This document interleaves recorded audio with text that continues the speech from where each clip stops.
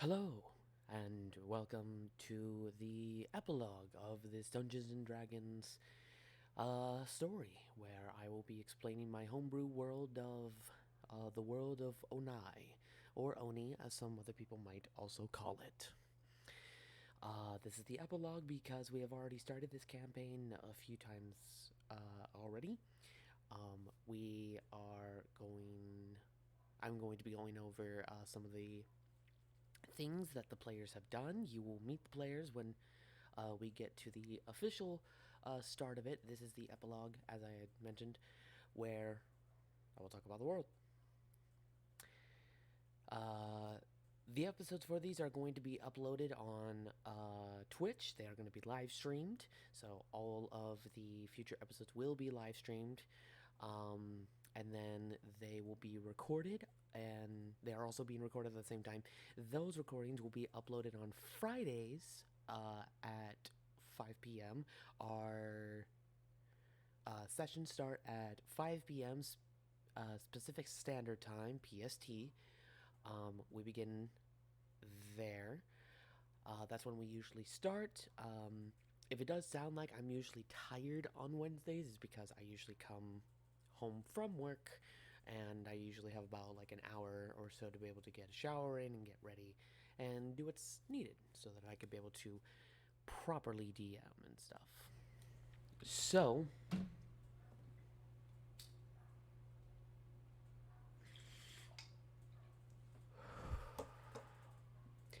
getting into that, I will now begin talking about the world of Onai. Oop.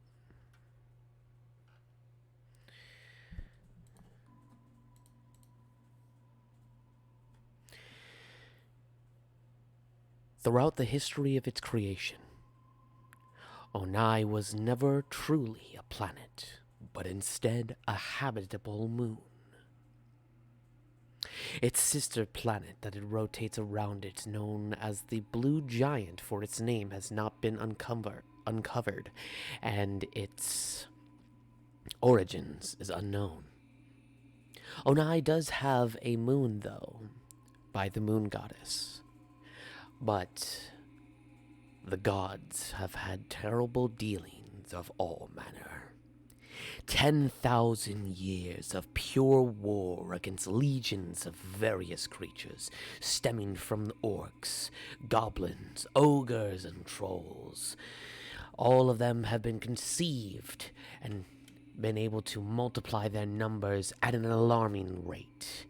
In doing so, the response to this of the elves, humans, and dwarves, and other races around the entire world fought on various sides, picking and choosing, but when the gods got involved, the game changed. Nobody knows who officially started the war.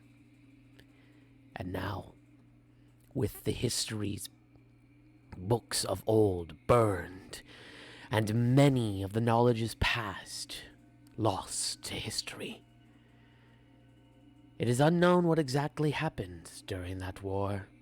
A few scholars have begun researching, but even with the limited knowledge that is provided, all that remains is the ruins, catacombs, tunnels of various sizes, battlefields of untouched areas for the last near 1,000 years.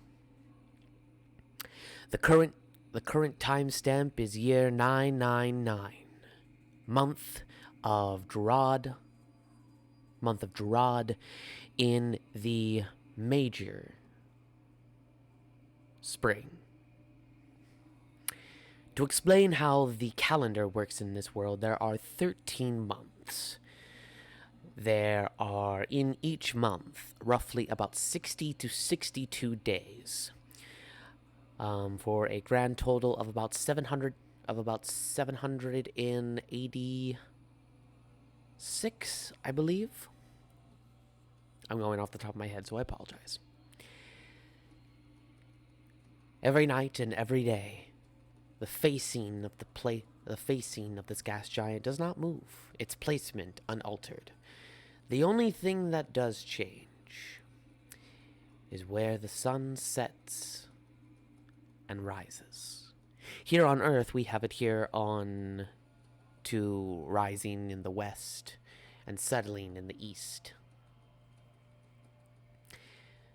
But in Onai, it rises in the north and settles in the south. No one knows why.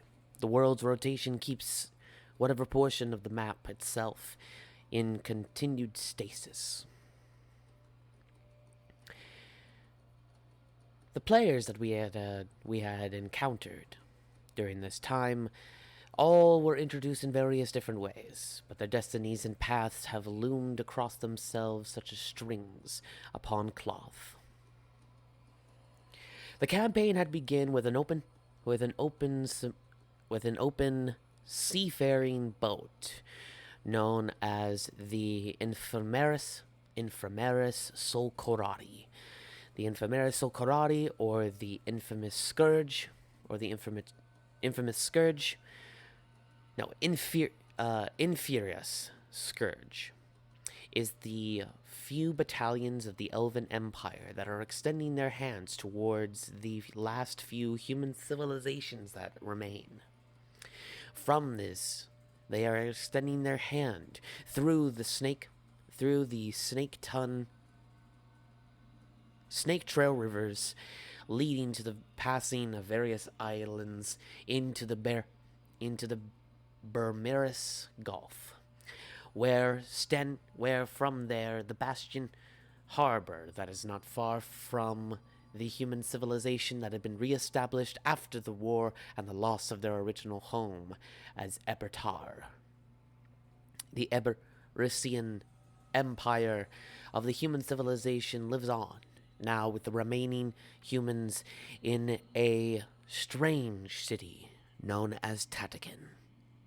Tatakin's description is said to have massive black walls that surround what appears to be a dead god, one of the twin siblings of justice, known as Wanowski, the other brother known as Yankovic.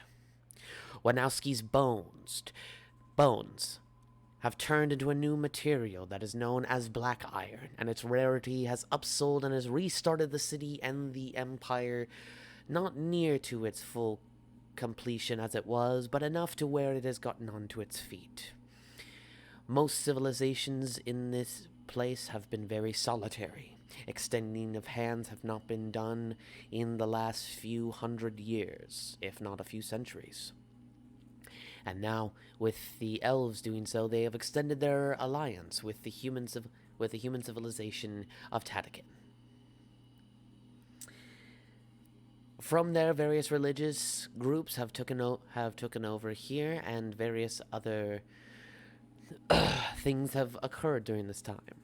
The players, all meeting with their various quirks and their interesting ways, all have met here and there, with a few people scouring there and there. A few people have gone in, a few people have come out, but love is still around. From this that had happened, an assassination attempt was successful upon one of the majors, the twin majors of the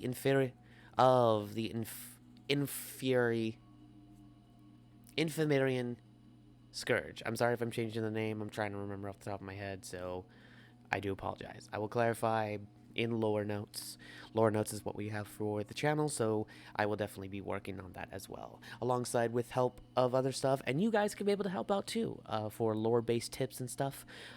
If you guys want to help out with collecting the lore, my world is a lore junkie place, so if you're one of those people, definitely contact me via Discord, or leave a comment in Twitch, in the Twitch chat, or on YouTube. Continuing on. One of the twins had been assassinated by a strange device that was unknown to the people unknown to the party, as they had never seen a weaponry of this sort. As a massive hole in the center of the chest of one of the twins had gone all the way through, piercing both the chest and back, leaving a massive hole that was cauterized around its central area. Doing a couple favors underneath various religious ideals and groups, our heroes had then went to the Arcanium Academy, a central place of the last remaining, so believed, last remaining arcane knowledge that is being used to utilize it to create more arcane students of talent all across the world. People are allowed to come in and out of the places, yes, but most cities have been keeping to themselves. Any outside trade or merchants that are usually passing by are allowed to travel into these places here and there. So people hearing of the Arcanium Academy has spread throughout a few centuries. Going over and befriending a few of the staff, learning that some of their secret inventory of various weaponry and ancient collections had gone missing, for a student was tasked with doing so against their will, and from that, the assassin was attempted once more, with the rifle firing about 2 miles. Actually, no, it was a lot farther. The sniper was firing from a unknown location until one of the players discovered that it was in a rock. But the attempt was made to almost kill this individual, was saved by the players through their deities, and the defense force of Tadigan was being set up, both for, some believe, this event an issue. Others say the coming of what comes every month, which I will explain in a bit. From this response, the Starlance Battalion, a flying army of creatures that have been recently discovered in Tadigan from the dead bones of Wanowski. His death had brought upon these creatures, and they have been used and utilized to be peaceful aerial defenses. Alongside with that came the bubble-like shield that encapsulated the entire city itself. I usually give references for how they usually look. So basically how it looks is, it looks like the Star Wars Gungan bubble shield in Episode I, where it is generated from the 2 creatures on their backs. It essentially looks like that. Its ability is interesting. It is able to dull, and if not cease, any magical inquiries from outside and inside. People that are usually magical sometimes cannot leave the barrier. It really depends on the will of the individual. The players, turning to one of the religious worshippers that were in the area in the farming districts of Tadigan, learned that one of their people was able to use teleportation to get over to the area that they were. They had went and taken this opportunity and went and found in the ancient rocks, and furthering going into what appeared to be an ancient ruined laboratory of some sort of degree, where they did not discover all of it yet, but the party had found the individual. They had unfortunately destroyed the relic by casting a heat metal upon it, for the device had then, of course, had made some rolls for it being ancient, caused the weapon to explode. From there, they had used what the enemy was using, some sort of teleportation-like cloth, that unfortunately was destroyed, a portion of it, and the individual, all that was really left was the body with a massive hole blown up to it. Finding out the racial identity of this individual, not the face, they found out that it was a drow individual. Notes giving indication that the recent shaky alliance with the Gith Ori and Gith Yankee, or officially known as the Gith. They had tried to someone in that group of individuals had tried to acquire various items from the Arcanium Academy that they believed that they were needing to trade for their own masters, hiring this drow to be able to do so. The Elven Empires have all of their brethren in one, including the drow who tend to the lower regions of the Empire. Various locations and maps will be shown in the actual campaigns because I will give reference and pull them as well. Map streams are going to be a thing too. If you want to see me have map streams, I will definitely be doing that when I am on Saturdays and Sundays. When I'm working on that, when they go over to the next areas. But for now, the maps that are available for there. More maps and battle maps will be made as well. If you're wanting to be able to see these battle maps or try and get me to commission you something similar, definitely let me know in the comments below on YouTube or on Twitch in the chat. Continuing from there. The party had succeeded, but unfortunately the world event had happened. So explain earlier for the defenses that were being brought up of the bubble shield around Tatakin. Every month, the moon itself turns red, and from this an unknown magical stability changes. Portals from the Shadowfell come and pour into the actual world in random various locations. Some of these encounters are deadly. Others are simply smaller creatures. Unfortunately for the party, they had come across a creature that was very horrible during their level 3 finishing up and then leading to encountering a level or CR 20 creature known as a Nightwalker.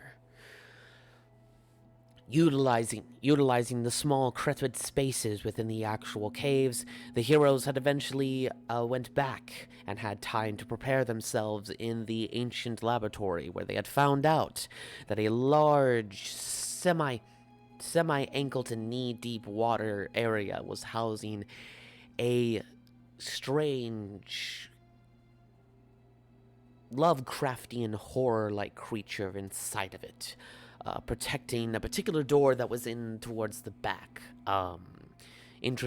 Various players interested in the door had made it at least around the creature to where they found out it was just a dead body. But discovering more into the chamber, they had found out that there was a portal system within this ancient area, possibly used to be able to transport the creatures into this cage and not out, unless the polarity was reversed. In doing so, and the response of the creature now getting into the building, the Nightwalker following them through the very essence of their life, following suit, but discovering and feeling the other life form, the creature had continued deeper into the chamber till itself did land into the pits of where the Star Core experiment had went. And had a monster battle in the midst, but the players barricaded themselves with books and bookshelves in a singular small room, shaken up, and now having to hear the various rumbles of the battle that went on, eventually hearing the Star Core experiment win in its favor. They waited until daybreak, where the event ends on one night. So that is the Blood Moon events that happen every month, once a month, usually in the middle of the month. Make jokes if you want. I've already heard all of them. Returning to Tatakin to tell them of their deeds to the king and council, they had walked into the skull of Wanowski, where they made it to the top of the castle crown that was built on top of his head. In the midst of this, the king himself was there, alongside with various council members and the entire judicial and council area, discussing the various plans and issues of the city. Learning of the deeds of what had happened, for the Elven Empire was trying to keep this more secretive of what was to happen, but unfortunately word had spread. The king eventually found out, and the other twin eventually confessed just as the players were coming. Giving additional evidence of what this was, the king had decided to not take action and to not take this as a threat, but instead had rewarded the players with a home paid for by the community itself to be able to maintain, alongside with 3 servants and 2 guards that live in the area. Furnishings for the places had not been given, besides a few tables for bedsides, and of course some beds in the rooms. Maps for those places will be shown later in the campaigns. All maps are created by me. Learning from this and wanting to celebrate, the players had eventually had to go find their own ways. One of the players, being a reptilian-like individual, decided to head over to one of the most well-known taverns in Tatakin, known as the Leaky Spinal Tavern, for its theme, which I'll probably go over whenever that comes up again. But unfortunately was not able to make it over to that tavern, for he was captured by what appeared to have been poachers, who had mistaken him for some ancient creature. These poachers coming from across the Snake Way, from another town known as Galataticus.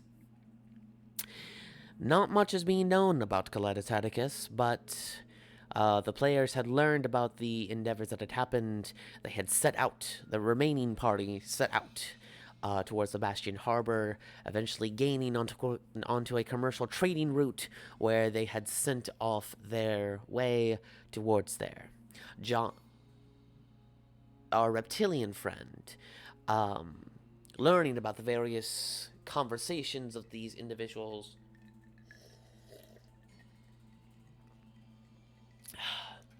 hearing and seeing at least to be kept alive long enough to where he can make it to the city. During the 2 parts of the events,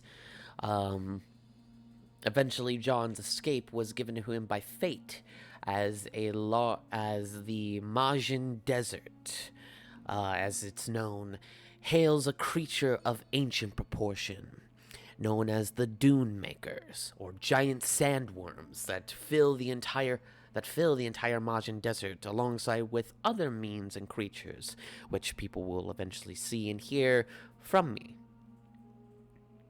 From there, in the middle of the night, almost nearly getting killed from the massive explosion of what had happened, seeing the sandworm retreat back into the sands itself, he eventually made his way, following a group of Triceratops, towards the city of Galataticus. And yes, in my world, dinosaurs still exist, but there are fair and few due to the environmental changes and their usage in the 10,000-year war.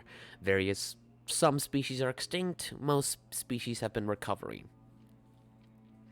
Going over to the seafaring group, our heroes had encountered a very vicious dinosaur themselves, fighting a Mosasaurus, and eventually the Mosasaurus, not choosing to leave and instead protect its territory, had become fish food, with the crew of the place of making the final blows, as they had begun collecting the various meats and stuff and were protecting the people that were here.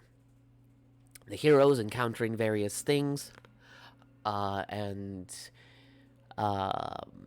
seeing the various wonders that had happened, they eventually went to, as a pit stop, to the city of Manar. Manar is a collection of various islands, but they are not regular islands. Instead, they are ancient corals that have erupted from the actual sea and created large manlasses. Large land masses. I'm very tired. Apologies.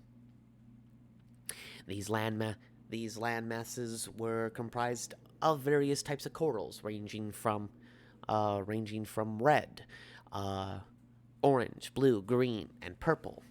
And a final island that was not inhabited was actually be discovered a very ancient sea clam that had erupted itself into the waters and has been dormant for some time.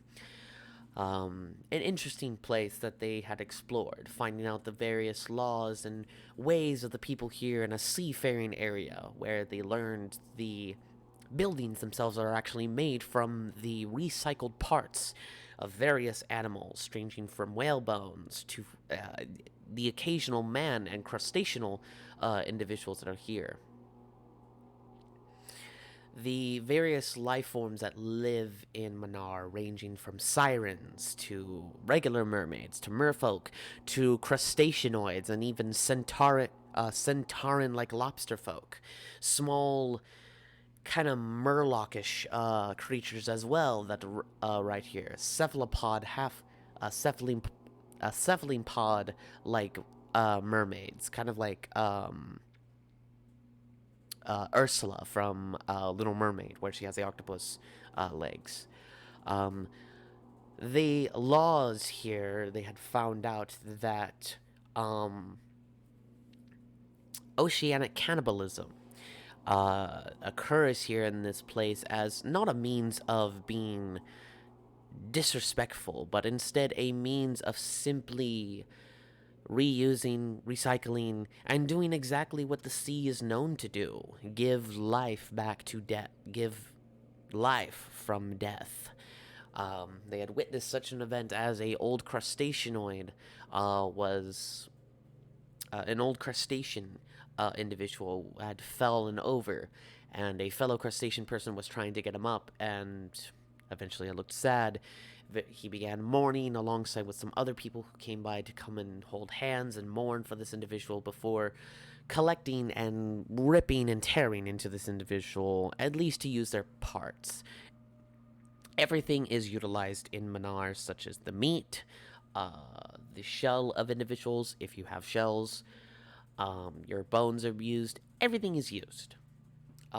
This is the normality, or the normal setting and moral code of this place. It's very interesting. As I said, lore junkies, if you want to know more, definitely hit me up. The party eventually is going to be stemming away from entering the Carcolo halls from Manar, and are going to be soon heading into the Dread Coast. However, John eventually had made it to Galacticus, finding out various lore pieces and interesting things, as he himself had seen various forms of dinosaurs, as a small section of Galacticus's city had some jungled vegetation that had been given to this area. Eventually meeting up with a dwarven individual, their newest companion that had been added to the group, learning and taking wing from this person to really find at least some trust somewhere.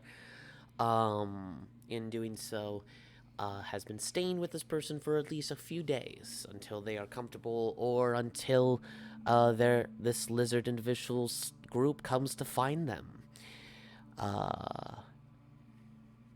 Staying a few nights into Galacticus, the lizard individual learning eventually of the somewhat origins of it.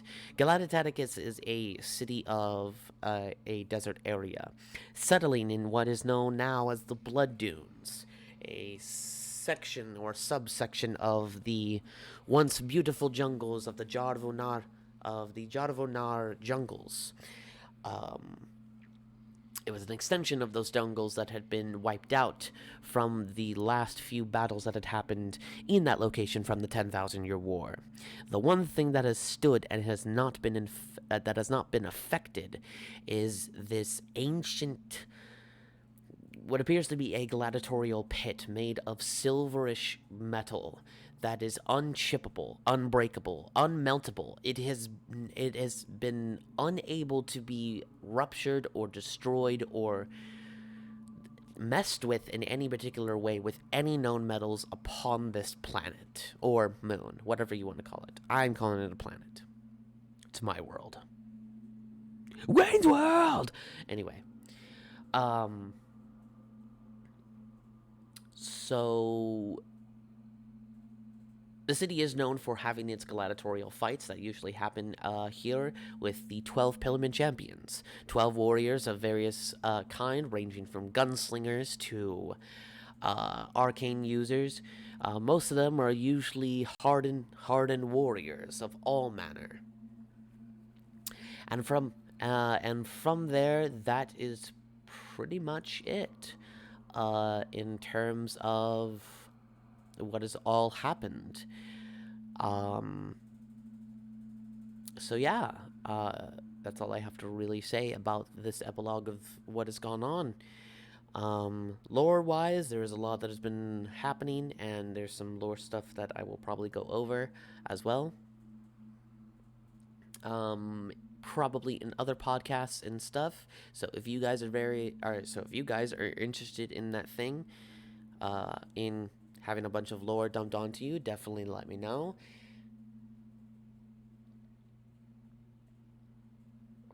I will eventually be setting up a Patreon for people to be able to actually go in and, of course, pay and see various things alongside with Twitch. If I can ever get a sponsorship, there will be a tier list down in the area in the coming time. A lot of work for me to do, not a lot of time to always do it, but yeah, if any of you are wanting to be lore keepers, definitely let me know, and if you have any notes, definitely send them my way. Do not try and haggle me or try and force me to purchase these various things, for I have these recordings for a reason. So giving that information, this is pretty much the end of the epilogue. This is basically to give a recap of all that has happened. Recaps will always happen at the beginning of the sessions. Note takers, I definitely advise you guys do so. If you guys want to help expand this world, for there is a lot more to this world than just this particular place. There is the other side of the planet that has not been discovered, used, or discussed. There is also the frozen tundras and the actual Arctics going towards the northern sections of my world, alongside with the southern seas. So definitely a lot to expand, definitely a lot to uncover, and that's just covering one planet. That's right. We will definitely have some adventures that will be taking off-world, going to various areas and learning the various origins of all manner of creatures that are in this world. To also give in perspective of what is in my world, some races have gone extinct. A tier list has been made for those various extinct races, or believed to be extinct races, given to me by one of my players.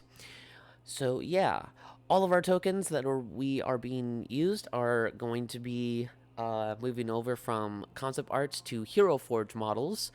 So definitely check that out, and to be able to support us so we can be able to get some more minis. All minis are always used in this area. The battle maps that we're going to be doing is usually on Roll20.net. We may or may not be switching over to Foundry, which I am a player in another campaign, and yeah, Foundry is a very good. Both Roll20.net and Foundry are a really good tools for DMs that want to run maps and run various scenarios in a interesting game-like fashion. Um, all of the content that we're going to be using is also available on D&D Beyond. D&D Beyond is a tool given group for our Dungeons and Dragons players. Our campaign setting is also on Dungeons and Dragons or Dungeons and Dragons on D&D Beyond. Various characters and even lore items are either created by myself or provided from the community itself. A few things are going to be definitely pulling various creature stats and other stuff I will be pulling from various sources such as dndwiki.com, um, possibly other books. The book settings that we are using, all of them. We have all the books. I personally don't have all the books, but given to one of my other players who has all the books, he basically has filled up my other library. I'm about 4 or 5 books behind, but it's okay. Um, most of them are usually digital. You can purchase the hard copies as well in stores. Um, so yeah, that is the end of the stream. I hope you guys enjoyed learning about all that has been happening. I hate your voice now. So yeah, like I said, this is the end of the stream. I hope you guys enjoyed, and definitely check out my Dungeons and Dragons